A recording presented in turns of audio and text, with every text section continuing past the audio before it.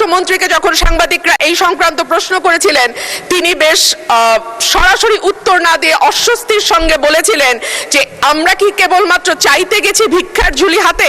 না মাননীয় স্পিকার, আমরা কেউ আশা করি না যে বাংলাদেশের মন্ত্রী মিনিস্টাররা দেশের বাইরে ভিক্ষার ঝুলি হাতে ভিক্ষা করতে যাবেন। তবে একই সঙ্গে বাস্তবতার ব্যাপারে চোখ বন্ধ করে থাকলেও তো হবে না।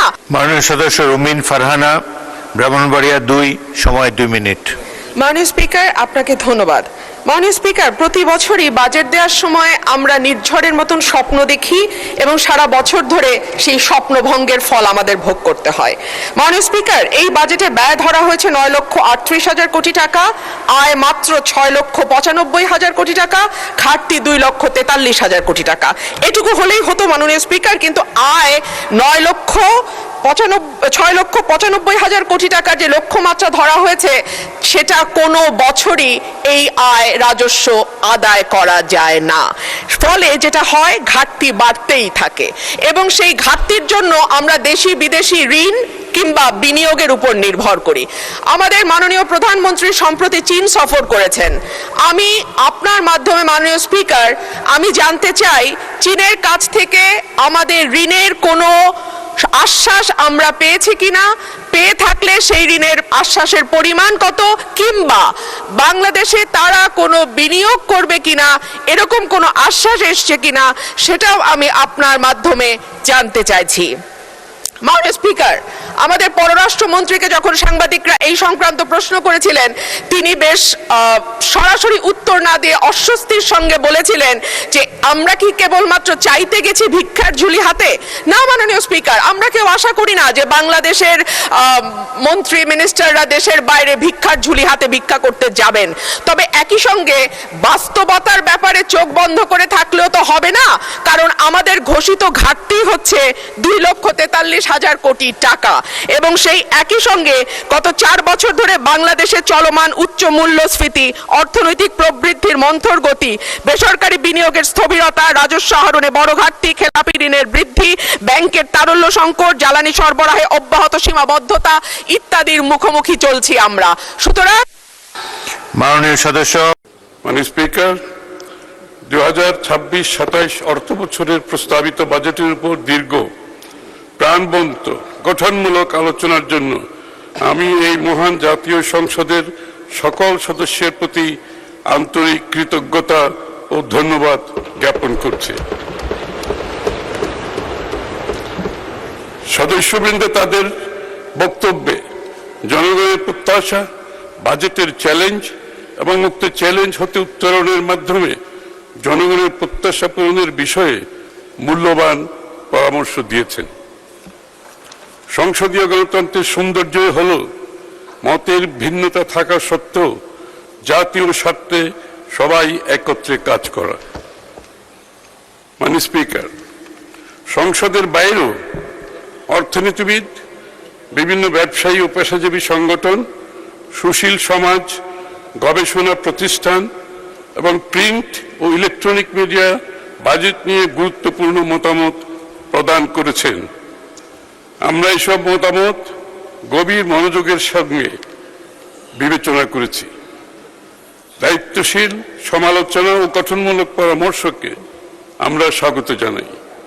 আমি বিশ্বাস করি এই আলোচনা বাজেটকে আরো সমৃদ্ধ ও সুদৃঢ় করবে।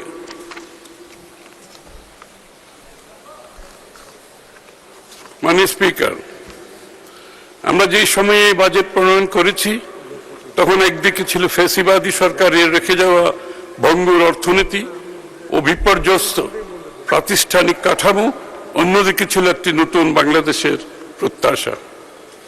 তাই এই বাজেট কেবল সরকারের বার্ষিক আর্থিক বিবৃতি নয়,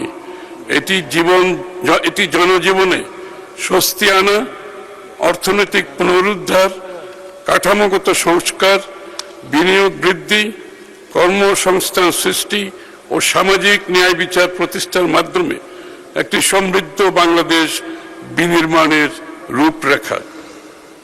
মাননীয় স্পিকার, মহান জাতীয় সংসদ সহ বিভিন্ন পর্যায়ে বাজেট নিয়ে আলোচনা এবং গণমাধ্যমে প্রকাশিত মতামতের মূল ফোকাস ছিল মূল্যস্ফীতি, রাজস্ব আহরণ, বাজেট ঘাটতি অর্থায়ন, ব্যাংকিং খাতের সংস্কার, কর্মসংস্থান, বিনিয়োগ এবং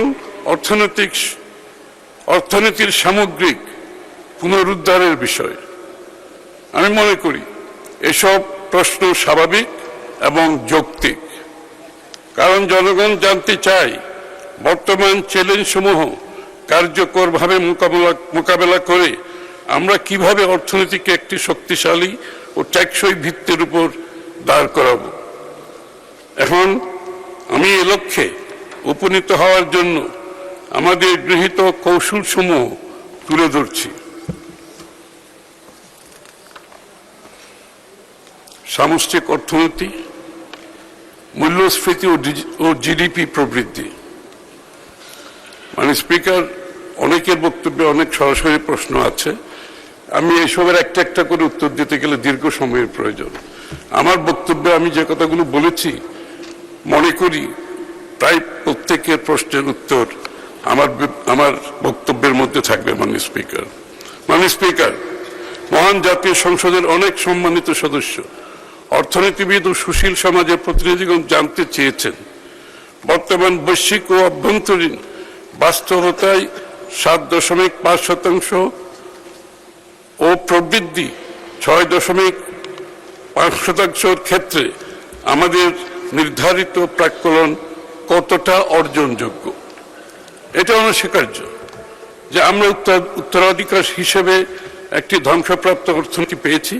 বিগত 1.5 দশকের ভুল নীতি, লুটপাট ও অর্থ পাচার সহ সার্বিক খাতের উপর কায়েমি স্বার্থের নিয়ন্ত্রণ, কারসাজির মাধ্যমে টাকার মূল্যমান কৃত্রিমভাবে বাড়িয়ে রেখে মুদ্রা বিনিময় হারে চরম অস্থিতিশীলতা সৃষ্টি এবং এর ফলে ব্যক্তি খাতের মূলধনের একটি বড় অংশের ক্ষয়ক্ষতি, ওয়াইপড আউট অ্যাকচুয়ালি, বাংলাদেশের অর্থনীতিকে চরমভাবে বিপর্যস্ত করেছে।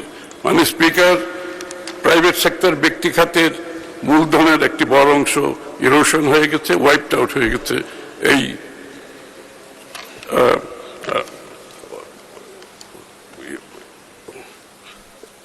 টাকার কৃত্রিম মূল্যমানের কারণে।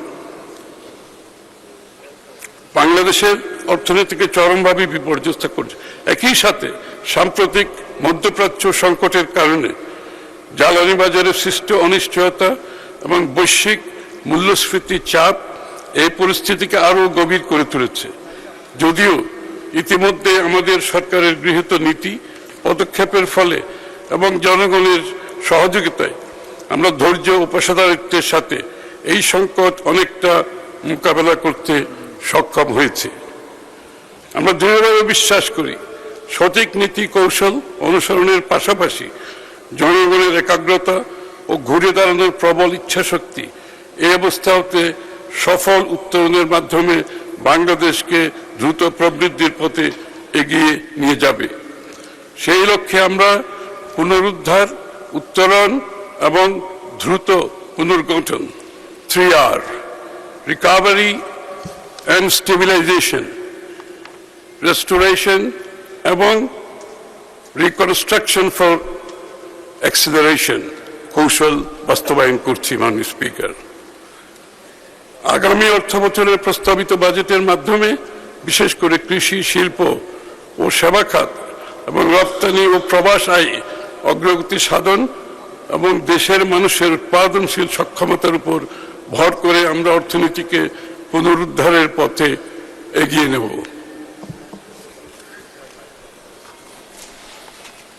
আমরা দৃঢ়ভাবে বিশ্বাস করি আমাদের এসব উদ্যোগের ফলে ধাপে ধাপে মূল্যস্ফীতি নিয়ন্ত্রণে আসবে এবং জনজীবনে স্বস্তি আসবে।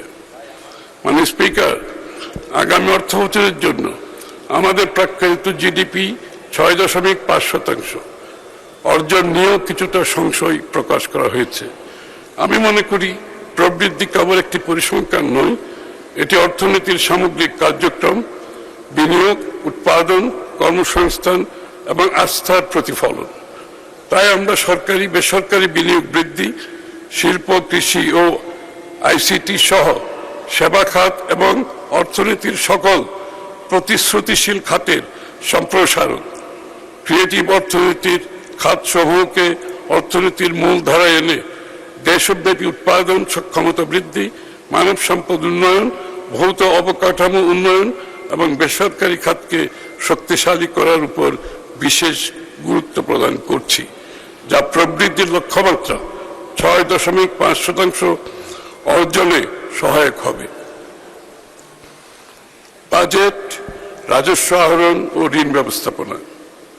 মাননীয় স্পিকার, অভ্যন্তরীণ রাজস্ব আহরণ সংক্রান্ত প্রাক্কলিত লক্ষ্যমাত্রা এবং বাজেট ঘাটতি অর্থায়ন নিয়েও অনেকের উদ্বেগ প্রকাশ করেছেন। রাজস্ব ব্যবস্থাপনাকে করদাতা বান্ধবকরণ ও রাজস্ব আহরণের স্বচ্ছতা আনয়ন আমাদের সরকারের অন্যতম অগ্রাধিকার।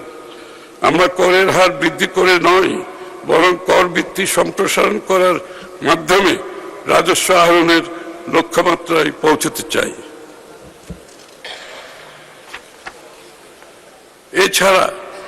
এছাড়াও রাজস্ব নীতি ও রাজস্ব ব্যবস্থাপনা পৃথকীকরণ, এখানে একটু বলতে হয় মাননীয় স্পিকার,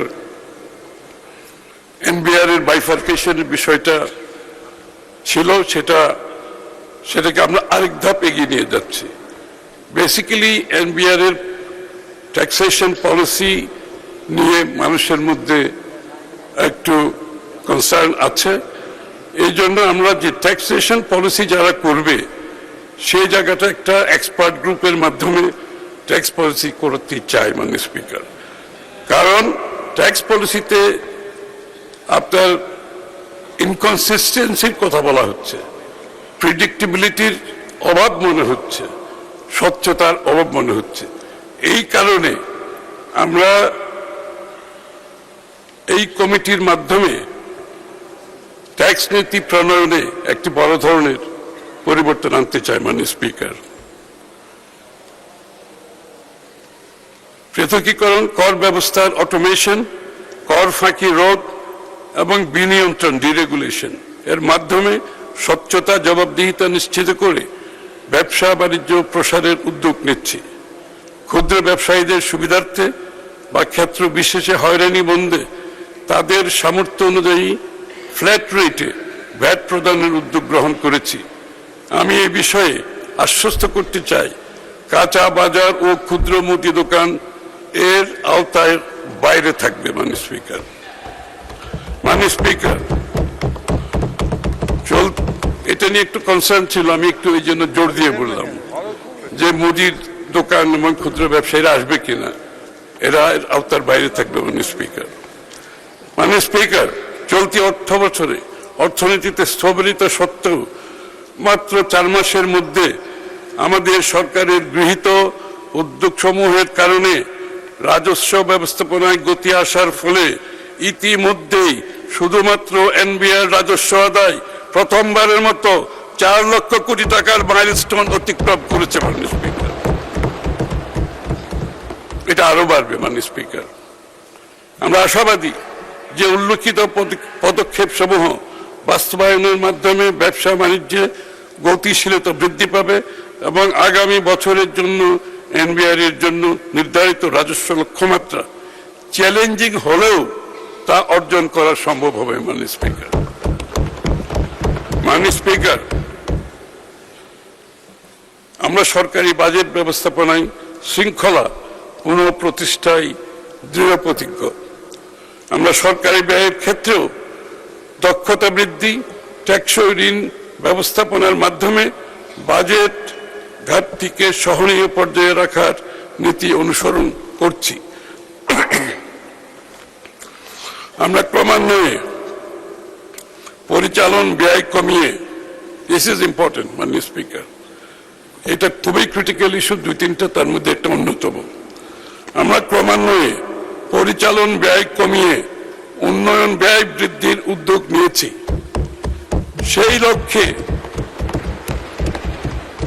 সেই লক্ষ্যে বাজেটে উন্নয়ন ব্যয়ের অংশ 2025-26 অর্থবছরে 27.27% হতে 26-27 অর্থবছরে 33.70% উন্নীত করার প্রস্তাব করছে। মাননীয় স্পিকার, এখানে উন্নয়ন ব্যয় বৃদ্ধির একটা বড় পরিবর্তন এসেছে।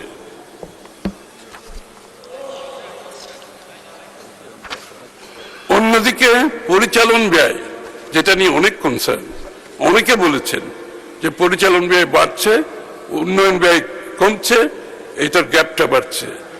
সেজন্য পরিচালন ব্যয়ের ব্যাপারে সেটা হচ্ছে মাননীয় স্পিকার, 2025-26 অর্থ বছরে 72.73% থেকে 2026-27 অর্থ বছরে 66.30% নামিয়ে আনার প্রস্তাব করছি। পরিচালন ব্যয় কমছে, উন্নয়ন ব্যয় বাড়ছে। মাননীয় স্পিকার, ফ্যাসিবাদী সরকারের সময়ে প্রয়োজনে অপ্রয়োজনে ব্যাপক হারে ঋণ গ্রহণের মাধ্যমে দেশের ঋণ ধারণ সক্ষমতাকে ঝুঁকির মধ্যে ফেলা হয়েছে, যার ফলে আমাদের ঋণ ধারণ সক্ষমতার ঝুঁকি নিম্ন থেকে মধ্যম মানে অবনমিত হয়েছে। আমাদের রেটিং কমে গেছে, যেখানে নিম্ন হারে ছিল এখন এটা মধ্যম লেভেলে চলে আসছে, অর্থাৎ এটা আমাদের সব কস্টকে বাড়িয়ে দিচ্ছে। 24-25 অর্থ বছর শেষে সরকারের মোট ঋণের পরিমাণ দাঁড়িয়েছে 24-25-এ 21,44,034 কোটি টাকায়, যা জিডিপির 38.61%। এর মধ্যে অভ্যন্তরীণ ঋণের পরিমাণ 11,94,853 কোটি টাকা, যা জিডিপির 21.51%। অন্যদিকে বৈদেশিক ঋণের পরিমাণ 9,49,181 কোটি টাকা, যা জিডিপির 17.10%। আমরা উত্তরাধিকার সূত্রে পেলেও এই ঋণ ও ঋণের সুদ আমাদেরকে যথাসময়ে পরিশোধ করতে হচ্ছে, যা সরকারের রাজস্ব ব্যবস্থাপনার উপর চাপ সৃষ্টি করছে। এই ঋণ তো মাননীয় স্পিকার আমাদেরকে বইতে হচ্ছে, এবং এটার কষ্ট আমাদেরকে বইতে হচ্ছে, ইন্টারেস্টও বইতে হচ্ছে।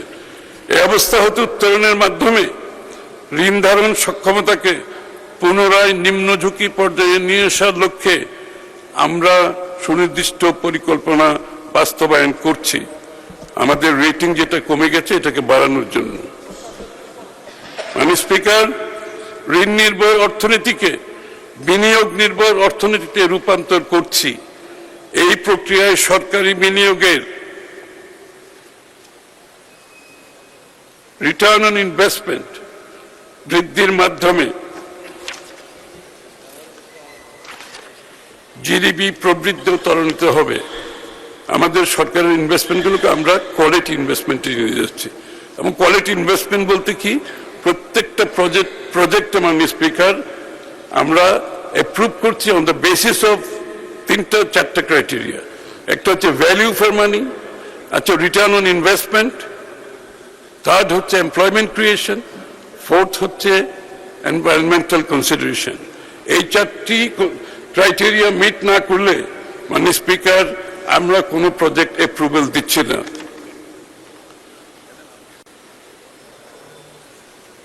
আমাদের সরকার আগামী অর্থ বছরগুলোতে ঋণ জিডিপি অনুপাত ক্রমান্বয়ে কমিয়ে আনবে। এটা আগামী বছরগুলোকে ক্রমান্বয়ে কমে আসবে ইনশাআল্লাহ।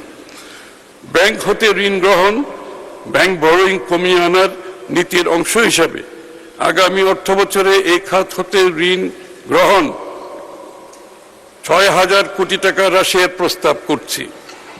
আমরা ব্যাংক থেকে ব্যাংক বরোয়িং কমাচ্ছি। এখন আমরা এই ধারা অব্যাহত রাখতে চাই।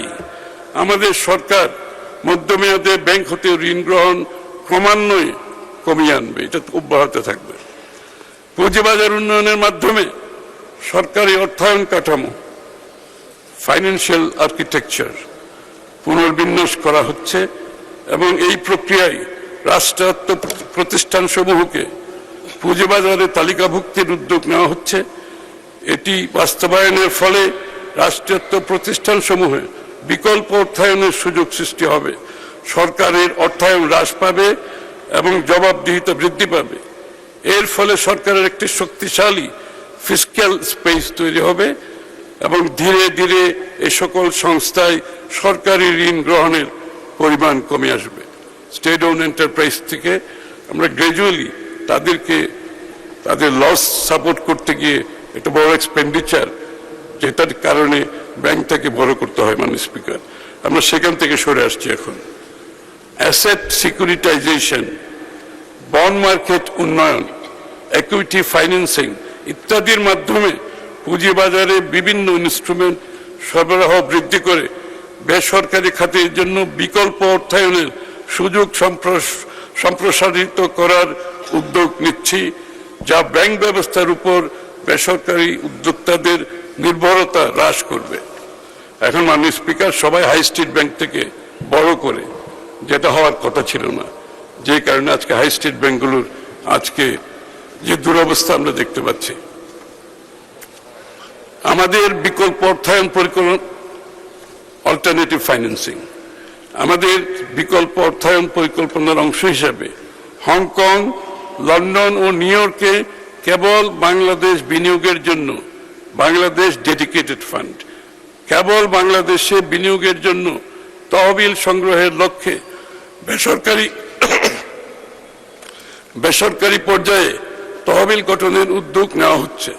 এটা বাংলাদেশ ডেডিকেটেড ফান্ড, এটা ফ্লোট করা হবে হংকং, লন্ডন স্টক মার্কেটে, এবং এটা শুধু বাংলাদেশে বিনিয়োগ হবে। এটা কোনো ঋণ নয়, ইট ইজ পিওর ইকুইটি, এটা কোনো সরকারের দায় নাই, এবং যারা ইনভেস্টমেন্ট করবে শুধু তাদেরই দায়। এসব তহবিল চালু হলে তা দেশের আর্থিক ব্যবস্থার উপর অতিরিক্ত চাপ সৃষ্টি না করে বৈদেশিক বিনিয়োগ হিসাবে কাজ করবে। এটা অ্যাকচুয়ালি ফরেন ইনভেস্টমেন্ট পর্যায়ে পড়ে, যা সরকারি ও বেসরকারি উভয় খাতের বিনিয়োগ প্রকল্পে সহায়ক ভূমিকা পালন করবে। মানে স্পিকার, এই ইকুইটি কিন্তু সরকারও, সরকারি এসওই, স্টেট ওন এন্টারপ্রাইজগুলো সেখানেও বিনিয়োগ হবে, সেখানে সরকারের চাপ কমে যাবে, আমাদের তাদেরকে যে সাবসিডাইজ করতে হয় তাদের লসের জন্য। সর্বোপরি আমাদের সরকার অভ্যন্তরীণ উৎস হতে ঋণ গ্রহণের ক্ষেত্রে বেসরকারি খাত যাতে কোনোভাবেই ক্রাউডেড আউট না হয় সেই প্রক্রিয়া অব্যাহত থাকবে। আমি বিশ্বাস করি সংসদ ও দেশের জনগণের আন্তরিক সহযোগিতায় আমরা অর্থনীতিকে আরো স্থিতিশীল, শক্তিশালী এবং টেকসই প্রবৃদ্ধির দিকে এগিয়ে নিয়ে যেতে সক্ষম হব।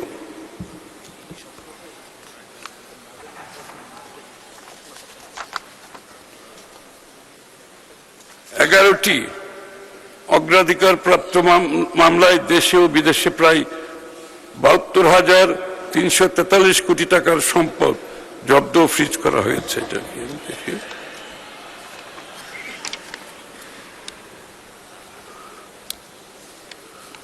11টি অগ্রাধিকার প্রাপ্ত মামলায় দেশে ও বিদেশে প্রায় ৭২,৩৪৩ কোটি টাকার সম্পদ জব্দ বা ফ্রিজ করা হয়েছে। বিদেশে পাচার হওয়া অর্থ ও সম্পদ ফিরিয়ে আনতে ইতিমধ্যে অনেকে প্রশ্ন করেছেন সরকার কি করছে টাকা ফিরিয়ে আনার জন্য। বিদেশে পাচার হওয়া অর্থ ও সম্পদ ফিরিয়ে আনতে ইতিমধ্যে 13টি দেশে 23টি মিউচুয়াল লিগ্যাল অ্যাসিস্ট্যান্স রিকোয়েস্ট পাঠানো হয়েছে, যেটা মাননীয় প্রধানমন্ত্রী বলেছেন ইতিমধ্যে। মালয়েশিয়া এবং হংকং এর সঙ্গে 2টি মিউচুয়াল লিগ্যাল অ্যাসিস্ট্যান্স ট্রিটি চূড়ান্ত হয়েছে। একই সঙ্গে 11টি অগ্রাধিকার মামলার মধ্যে 6টি বড় ঋণ গ্রহীতা গ্রুপের বিরুদ্ধে প্রথম ধাপে সিভিল প্রসিডিং শুরু করার উদ্যোগ নেওয়া হয়েছে। 15টির বেশি ক্ষতিগ্রস্ত ব্যাংক, আন্তর্জাতিক সম্পদ পুনরুদ্ধার প্রতিষ্ঠানের সঙ্গে 60টির বেশি নন ডিসক্লোজার এগ্রিমেন্ট স্বাক্ষর করেছে, মাননীয় প্রধানমন্ত্রী ইতিমধ্যে বলেছেন। মাননীয় স্পিকার, ব্যাংক রেজুলেশন আইন 2026-এর ধারা 18 ক বিষয়ে বিভিন্ন অংশীজনের মতামতের ভিত্তিতে সরকার এই ধারাটি বিলোপের সিদ্ধান্ত নিয়েছে। আমাদের বার্তা স্পষ্ট, যারা জনগণের সম্পদ লুট করেছে তাদের ছাড় দেওয়া হবে না। অন্যদিকে আমানতকারীদের আমানতের সুরক্ষা নিশ্চিত করা হবে। আমানতকারীরা অনেক ডিস্ট্রেসের মধ্যে আছে, আমরা সবাই জানি। ইনশাআল্লাহ ক্রমান্বয়ে তাদের আমানতের সুরক্ষা আমরা নিশ্চিত করব।